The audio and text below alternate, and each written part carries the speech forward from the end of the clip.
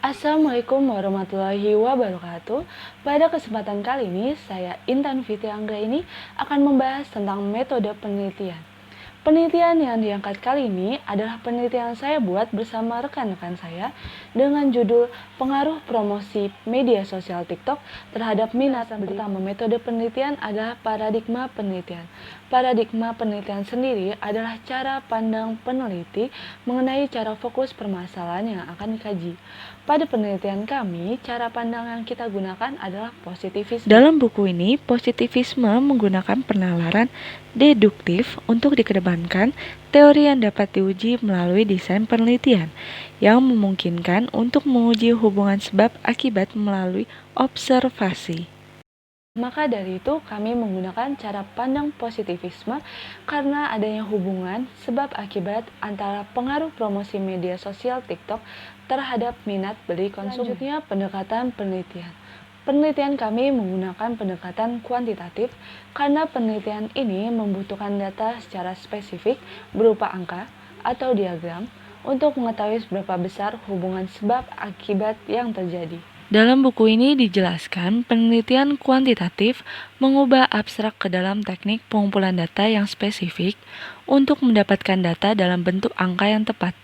Bersifat deduktif, yaitu dari umum ke khusus, karena berasal dari teori-teori dan menarik kesimpulan dari penelitian yang telah dilakukan. Selanjutnya, metode penelitian. Metode penelitian yang digunakan ialah survei. Survei dapat digunakan untuk deskriptif, penjelasan, dan tujuan eksplorasi. Survei digunakan dalam studi yang memiliki individu sebagai unit analisis. Selanjutnya, jenis penelitian. Jenis penelitian kami ialah deskriptif. Studi deskriptif sering dirancang untuk mengumpulkan data yang menggambarkan karakteristik objek seperti orang, organisasi, produk atau merek, peristiwa atau situasi. Kenapa kami memilih deskriptif? Karena kami mengambil sebuah kesimpulan dari sekelompok objek pada kondisi tertentu. Kemudian populasi dan sampel. Populasi adalah sekelompok orang atau objek lain yang ingin diteliti.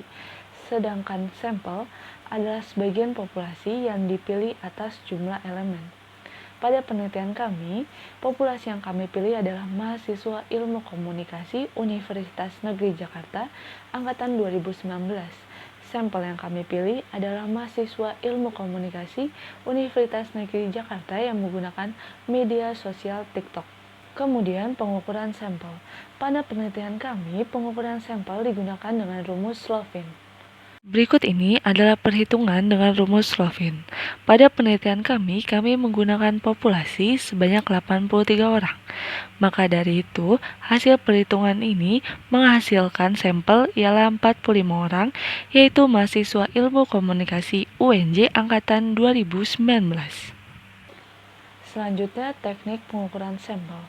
Teknik pengukuran sampel yang digunakan ialah purposive sampling, merupakan pengambilan sampel yang terbatas pada jenis orang tertentu yang dapat memberikan informasi yang diperlukan. Alasan dipakainya purposive sampel adalah karena penelitian ini hanya mengambil sampel yang terbatas dan jenis tertentu saja, yaitu pada mahasiswa yang menggunakan aplikasi TikTok. Metode pengumpulan data. Pada penelitian kami menyebarkan kuesioner melalui Google Form dan juga metode pengumpulan data yang kita gunakan adalah studi pustakawan. Selanjutnya, metode pengukuran data. Menggunakan metode pengukuran data dengan skala Likert untuk meninjau seberapa kuat subjek setuju atau tidak setuju dengan pernyataan pada skala 5 titik. Selanjutnya, metode analisis data. Metode analisis data mengukur antara variabel dengan data-data yang diperoleh dari sampel penelitian seperti data bivariat. Keterbatasan dan kelemahan data. Keterbatasan penelitian kami adalah karena media sosial TikTok yang saat ini baru berkembang, maka responden yang menggunakan media sosial TikTok masih sedikit.